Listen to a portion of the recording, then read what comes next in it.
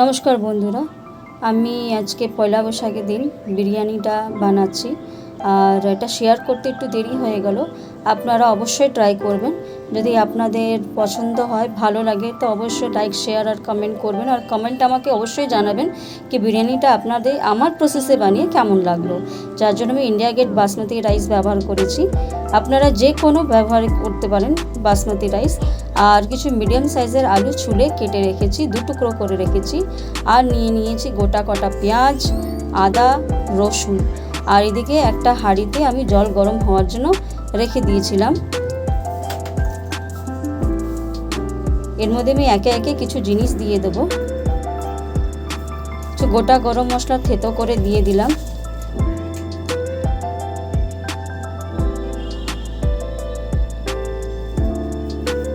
স্বাদ মতন একটু নুন দিয়ে দেবো। নুনটা দিয়ে কিন্তু অবশ্যই আপনি চেক করবেন কি জলটা ঠিক মতন নুনের স্বাদ হয়েছে কি না, নুনতা হয়েছে কি না। মানে জলের স্বাদটা যদি নুনতা হয় তবেই ভাতের মধ্যে নুনটা ঢুকবে এবং ভাতে নুনের স্বাদটা হবে। আর একটু দিয়ে দিলাম সাদা তেল। আর এই সবকটাকে মিক্স করে নেব। মিক্স করে এটাকে ঢাকা দিয়ে জলটা গরম হওয়ার জন্য রেখে দেবো।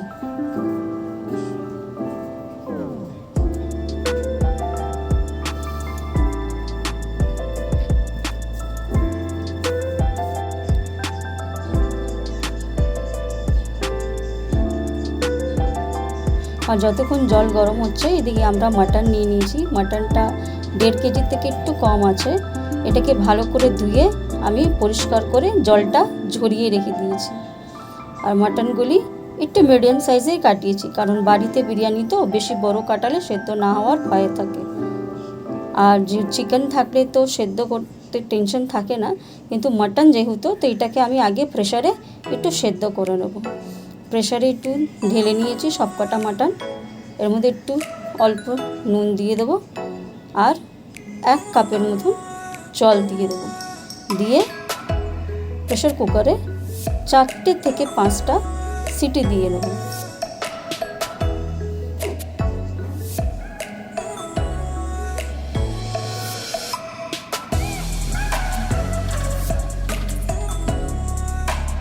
এই দেখুন, আমি প্রেসারটা গ্যাসে বসিয়ে দিয়েছি মাটনটা সেদ্ধ হওয়ার জন্য। আর ততক্ষণে আমি চালটা যে ধুয়ে রেখেছিলাম, ধুয়ে শুকোতে রেখেছিলাম, শুকিয়ে গেছে। আর আমার জলটাও গরম হয়ে গেছে, তাই চালটা পুরোটা ঢেলে দেবো।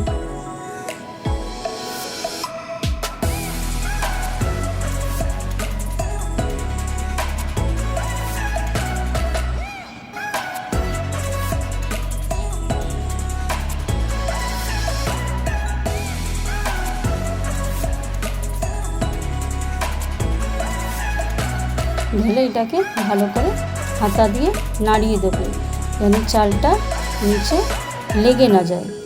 দিয়ে আবারও আমি ঢাকনা দিয়ে ঢেকে দেব।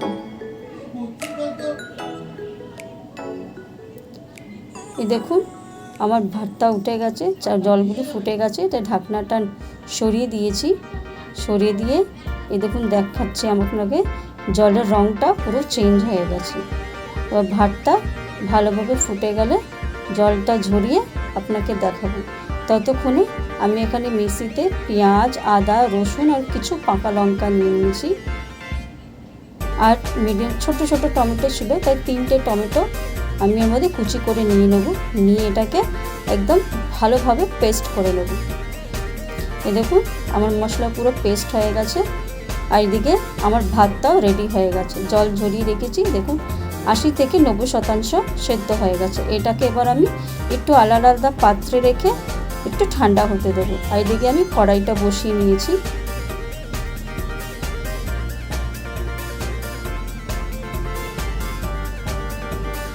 কড়াইয়ের মধ্যে একটু সাদা তেল দিয়ে দিয়েছি। তেলটা একটু গরম হওয়ার জন্য রেখে দেবো।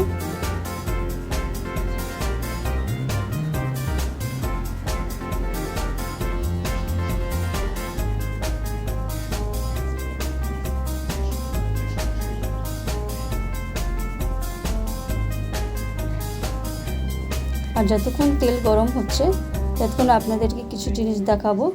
এই দেখুন, গোলাপ জল, কেওড়া জল, কুকমির হান্ডি বিরিয়ানি মশলা, খোয়া ক্ষীর, কেশর, মিঠা আতর আর একটু ফুড কালার নিয়েছি।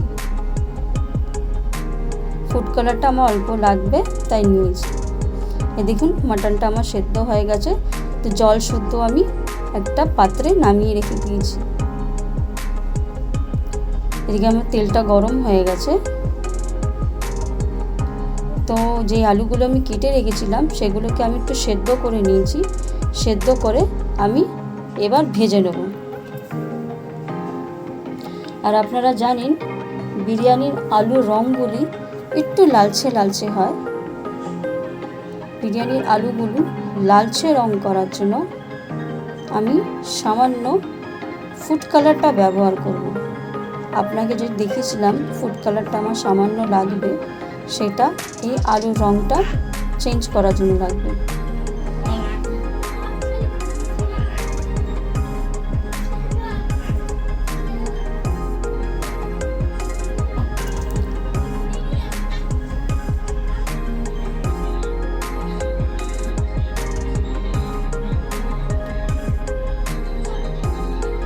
সব কটা আলু দেওয়া হয়ে গেছে। সামান্য একটু ফুড কালার দিয়ে দিলাম, দিয়ে আমি এটাকে নাড়িয়ে দেব। দেখবেন একদম দোকানের বিরিয়ানির আলুর যেরকম রং হয় একদম ওরকম রং হয়ে যাবে। দেখুন, আপনি দেখতেই পাচ্ছেন কি আলুগুলোর রং কিন্তু খুব সুন্দরভাবে পাল্টে গেছে। রঙগুলো কিন্তু খুবই সুন্দর হয়েছে।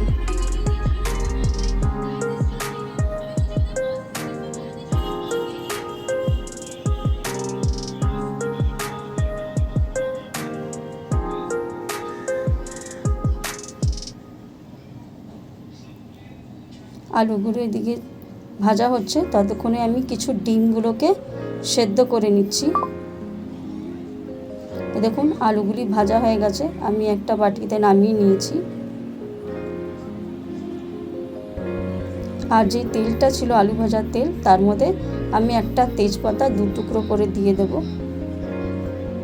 বেশি তেজপাতা দেব না, কারণ বিরিয়ানিতে অনেকগুলি তেজপাতা পড়বে, আপনাদেরকে আমি দেখাবো।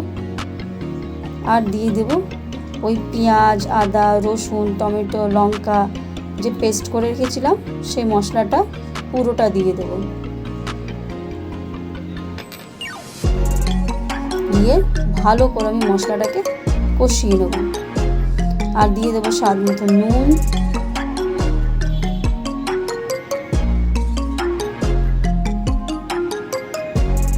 একটু হলুদ,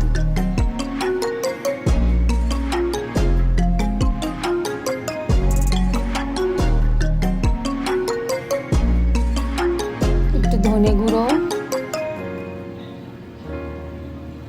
হাফ চামচ ধনে গুঁড়ো, আর 1 চামচ জিরার গুঁড়ো। জিরার গুঁড়োর থেকে ধনে গুঁড়োটা হাফ হবে। আর সামান্য একটু চিনি আর কাশ্মীরি লাল লঙ্কা দিয়ে আবারও সবকটাকে ভালো করে মিক্স করে মশলাটাকে কষিয়ে নেব।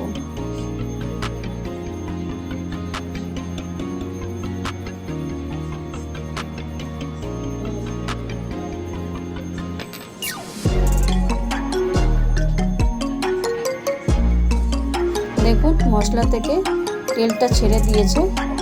আর আমি হাতা দিয়ে 2 হাতা দই দিয়ে দিলাম। আপনি বড় চামচের 4 চামচ দিতে পারেন। আমি যেহেতু হাতা দিয়ে দিয়েছি তাই 2 হাতা আমি দই দিয়ে দিয়েছি। দিয়ে আবারও এই মশলাটাকে ভালো করে কষিয়ে নেব।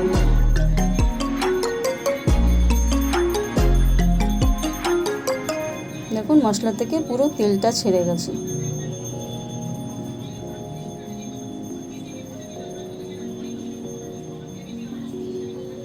মশলাটাকে একটু পরে পরে নাড়া দেব, জানি মশলাটা লেগে না যায়।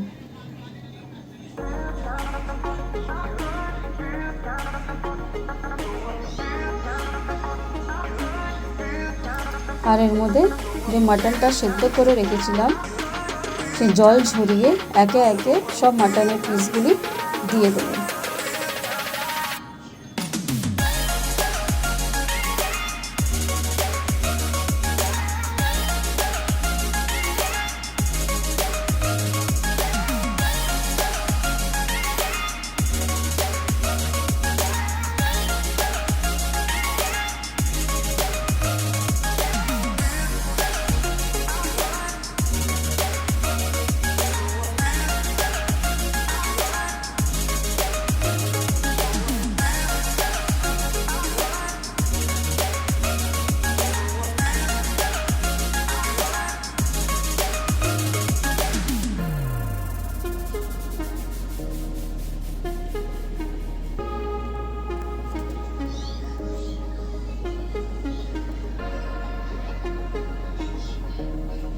দেখুন আমার সব মাটন দেওয়া হয়ে গেছে। এবার মশলার সঙ্গে মাটনটাকে ভালো করে কষিয়ে নেব।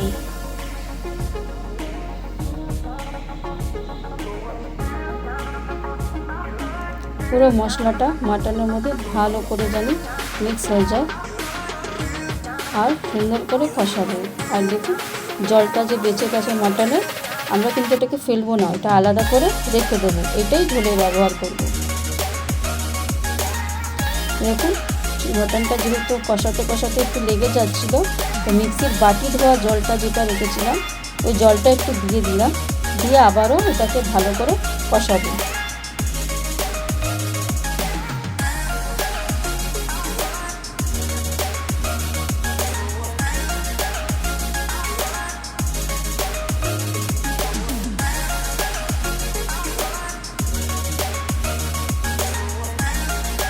এবার যে মাটনের যে জলটা রেখেছিলাম আলাদা করে, সেই জলটাও কিছুক্ষণ কষাবার পরে দিয়ে দিলাম। মাটনটা পুরোপুরি কষে গেছিলো, তাই জলটা দিয়ে দিলাম। দিয়ে এবার মাটনটাকে সেদ্ধ হওয়ার জন্য রেখে দেবো। আর এর মধ্যে আরেকটা জিনিস দিয়ে দেবো, সেটা হলো আমরা যে আলুটাকে ভেজে রেখেছিলাম সেই আলুটাও আমরা এই মাটনের মধ্যে দিয়ে দেবো, যেন আলুটা ভালোভাবে আরেকটু সেদ্ধ হয়ে যায়। আর মাংসের যে ঝোলটা আছে সেই ঝোল আর মশলাটা এই আলুর মধ্যে ঢুকে যায়।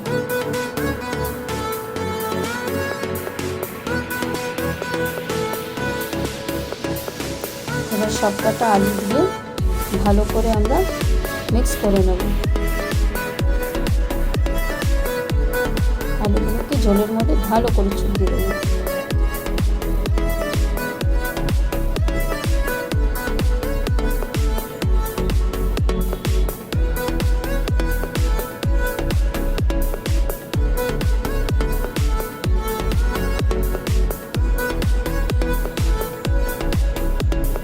আলুটাকে ভালো করে ঢাকা দিয়ে দিলাম যেন সেদ্ধ হয়ে যায়। আর এদিকে যেই ডিমগুলোকে সেদ্ধ করে রেখেছিলাম খোসা ছাড়িয়ে আমি আলাদা রেখে দিয়েছি।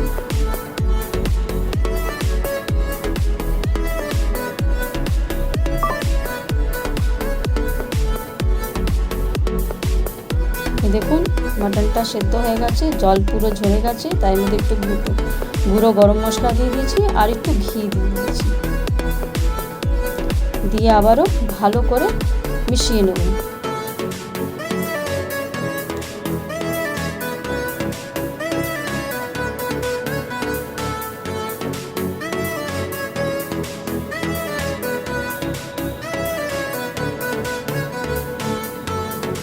মিশিয়ে এটাকে একটু ঢাকা দিয়ে রেখে দেবো।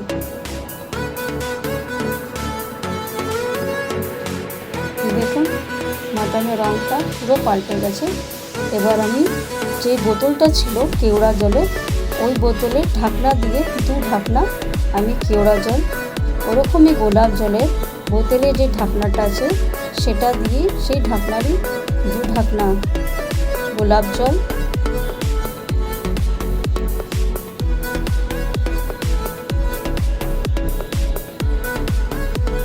অল্প একটু 4-5 ফোঁটা মিঠা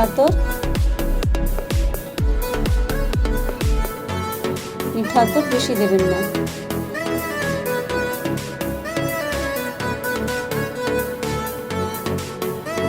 আর একটু বিরিয়ানি মশলা মাংসের মধ্যে মিশিয়ে দিলাম, দিয়ে আবারও ভালো করে ওটাকে সব মিশিয়ে দেব।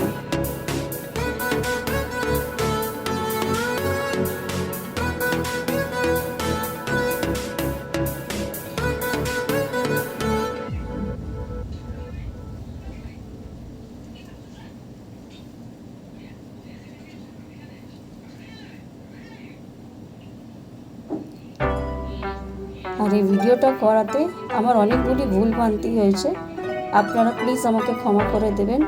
আর অবশ্যই আমার ভিডিওটা দেখবেন, আর দেখে আমাকে কমেন্টস করে কিন্তু অবশ্যই জানাবেন কি আপনার কেমন লাগলো।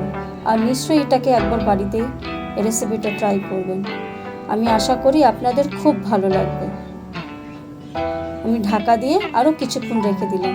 আর যেই পাত্রে ভাতটা রান্না করেছিলাম সেই ভাতটাকে আমি তো আলাদা পাত্রে বার করে ঠান্ডা হতে রেখে দিয়েছিলাম। এবার ওই হাঁড়িতে আমি একটু ঘি দিয়ে ভালো করে পুরো হাঁড়িটার মধ্যে ঘিটাকে মাখিয়ে নেব, মানে ঘিয়ের ফ্লেভারটা নিচ থেকে উঠে আসে। আর আমি নিচে অনেকগুলি তেজপাতা দিয়ে দেবো। আপনাকে বলেছিলাম না মাটন রান্না করার সময় বেশি তেজপাতা দেই না, আমার বিরিয়ানিতে অনেকগুলি তেজপাতা পড়বে, সেটা হলো নিচে।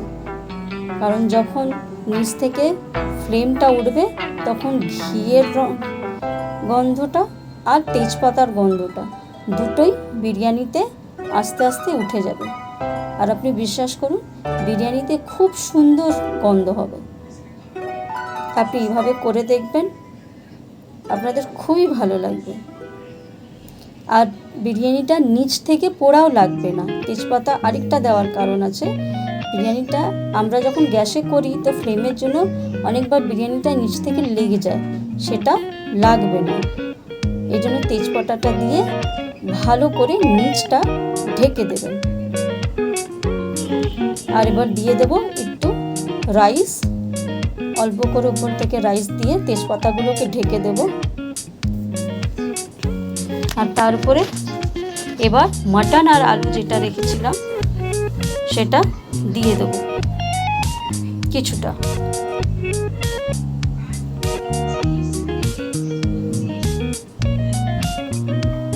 ভালো করে ছড়িয়ে দেব।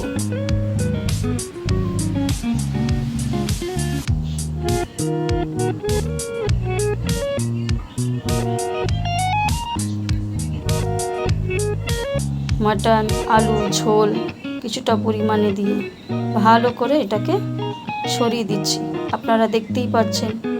তারপরে ওর উপরে আবার আমি কিছুটা রাইস দেব, দিয়ে আবার এটাকে ঢেকে দেব।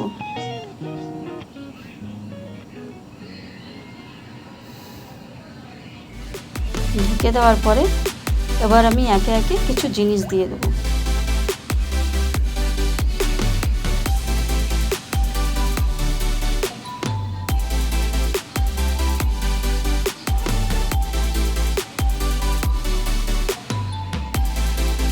আমি হালকা গরম দুধের মধ্যে জাফরান ভিজিয়ে রেখেছিলাম, সেটা আমি 2 চামচ দিয়ে দিলাম।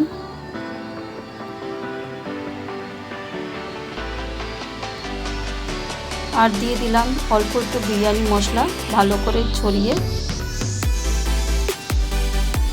আর একটু খোয়া ক্ষীর গ্রেট করে দিয়ে দেবো।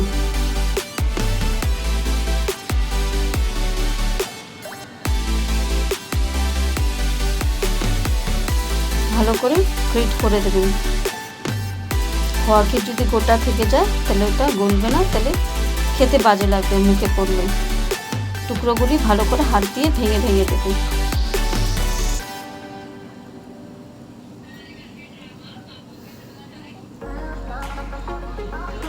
আবারও উপর থেকে মাটন আলু ঝোল কিছুটা পরিমাণে আবারও দিয়ে দেব।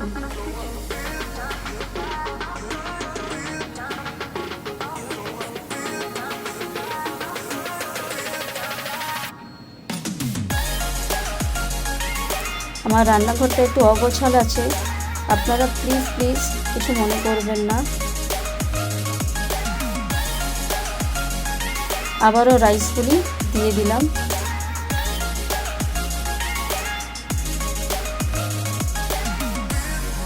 রাইস দিয়ে আবারও সেই মাটনগুলোকে, মাটন আলু ঝোল যা দিয়েছিলাম সেগুলোকে ভালোভাবে রাইস দিয়ে ঢেকে দেবো। আর এইভাবে প্রত্যেকটা যতগুলি স্টেপ আছে প্রত্যেকটা স্টেপ আপনারা এইভাবে করবেন। এইভাবে মাটন দেবেন, রাইস দেবেন, এই যে বিরিয়ানি মশলা, একটু খোয়া ক্ষীর, দুধে ভেজানো জাফরান, প্রত্যেকটা লেয়ার এইভাবে দিয়ে দেবেন। দিয়ে আপনারা প্রত্যেকটা লেয়ার কমপ্লিট করে নেবেন। দেখুন নিচে যেভাবে দিয়েছিলাম উপরেও সেম দিয়ে দিয়েছি। আমার সবকটা লেয়ার কমপ্লিট হয়ে গেছে। এবার উপর থেকে আবারও ওই ঢাকনারই 2 ঢাকনা করে কেওড়া জল, আবার গোলাপ জলের 2 ঢাকনা গোলাপ জল আর কেওড়া জলের পরিমাণ একদম এক আছে। শুধু এর মধ্যে মিঠা আতরটা দেবে না, মিঠা আতরটা আমরা মাংসতে দিয়ে দিয়েছিলাম, এখানে শুধু কেওড়া জল ও গোলাপ জল দেবেন। আর উপর থেকে ঘি ছড়িয়ে দিলাম। দিয়ে এবার যে ডিমটাকে আমরা সেদ্ধ করে খোসা ছাড়িয়ে রেখেছিলাম সেই ডিমগুলোকে একে একে উপর থেকে দিয়ে দেব। আর একটু দিয়ে দিলাম দুধটা আমাদের বিরিয়ানির টেস্টটা খুব ভালো বাড়িয়ে দেবে। এই দেখুন সব সেদ্ধ ডিমগুলোকে উপর থেকে সাজিয়ে দিলাম। উপর থেকে এই জন্য দিলাম কিন্তু ভেতর থেকে বার করতে গিয়ে ডিমটা যেন ভেঙে না যায়। আর যখন ফ্লেমে রেখে দেব তখন বিরিয়ানি যখন নিচ থেকে ভালো করে গরম হবে, ফ্লেমটা উপরে আসবে, তখন ডিমের মধ্যেও সেই গন্ধটা ঢুকে যাবে। আপনারা দেখতেই পাচ্ছেন, এখনই দেখতে কত সুন্দর লাগছে। আপনাদের থেকে আরেকবার অনুরোধ আছে, আপনারা প্লিজ কিছু মনে করবেন না, যা ভুলভ্রান্তি হয়েছে প্লিজ ক্ষমা করে দেবেন। আর আমার ভিডিওটাকে ভালো লাগলে অবশ্যই শেয়ার কমেন্ট করবেন, অবশ্যই লাইক করবেন। ভালো হলেই আপনারা জানাবেন, খারাপ হলেও আপনারা জানাবেন। আর আমি এটাকে একটা মোটা কাপড় দিয়ে তার উপরে ঢাকনা দিয়ে ভালো করে কাপড়টাকে বেঁধে নেব। অনেকে আটা দিয়ে বেঁধে দেয়, আমি আটা দিয়ে বাঁধি না, আমি মোটা তোয়ালে বা চাদরের টুকরোটাকে ভালো করে ভাঁজ করে দিয়ে দিই, জানি আমার খুলতে সুবিধা হয়। ভালো করে শক্ত করে একটা দড়ি দিয়ে কাপড়টাকে বেঁধে দিলাম আর তার উপরে ঢাকনা দিয়ে দিলাম। দিয়ে এবার কাপড়টাকে ভালো করে এইভাবে গুটিয়ে নেব। গুটিয়ে গ্যাসটাকে জ্বালিয়ে আমি ফার্স্টে 2 মিনিট হাই ফ্লেমে রাখবো। রাখার পরে 10 থেকে 15 মিনিট লো ফ্লেমে রাখবো। আর তারপরে 10 থেকে 15 মিনিট পরে যখন দেখুন নোড়াটা আমি চাপা দিয়ে দিয়েছি, অফ হয়ে যাবে। যে কোনো ভারী জিনিস দিয়ে ওটাকে চাপা দিয়ে দেবো। আমি 2 মিনিট কাপড়টাকে ভালো করে নোড়া দিয়ে ভাজলাম। তারপরে 10 মিনিট আমি সিম আঁচে রেখেছি আর তারপরে গ্যাসটা বন্ধ করে 10 মিনিট এমনি দমে রেখে দিয়েছি। এবার আমি নামাচ্ছি, রাখার পরে বুঝতে পারবেন বিরিয়ানিটা আমার হয়ে গেছে। আমি খুলছি, আপনি দেখলেই বুঝতে পারবেন। আপনারা দেখুন এই কাপড়টা তুললাম, রেডি হয়ে গেছে। দেখুন উপর থেকে যে আমার বিরিয়ানিটা পুরোটা উপরে যে ঘি মশলা ভাব যা ছিল সে সব টেনে গেছে আর সুন্দর একটা অ্যারোমা বেরোচ্ছে বিরিয়ানি থালার মধ্যে। আপনি দেখলে বুঝতে পারবেন। তুলে নিলাম বিরিয়ানি, একটা চাল একে অপরের সঙ্গে লাগিয়ে একদম পারফেক্ট সেদ্ধ হয়েছে। মাংস আর আপনাকে তুলে দেখাচ্ছি সেদ্ধ হয়েছে। এই দেখুন আলু সেদ্ধ হয়েছে, রাইস সব ঝরঝরা হয়েছে, একটার সঙ্গে আরেকটা লাগে। কিন্তু এই রেসিপি অবশ্যই ট্রাই করবেন, আপনি বিশ্বাস করবেন, করে দেখবেন। বিরিয়ানিটা খুব সুন্দর হয়েছে, অবশ্যই জানাবেন। আমার বাড়ির লোক খেয়ে সবাই খুব প্রশংসা করেছে। আপনারা কিন্তু অবশ্যই এইভাবে বানাবেন এবং আমাকে কমেন্টসে জানাবেন কেমন হয়েছে। ভালো সেদ্ধ হয়েছে, দেখুন চালগুলি একদম ঝরঝরা, একদম সেদ্ধ হয়েছে সুন্দরভাবে। আলুও গলে গেছে আর মাংসটাও খুব সুন্দর সেদ্ধ হয়েছে। আজ এই অবধি আপনি দেখতেই পাচ্ছেন। পরে আরেকটা আপনাদের ভালো লাগলে আপনারা কিন্তু অবশ্যই আমাকে কমেন্টসে জানাবেন। নমস্কার, আজকের জন্য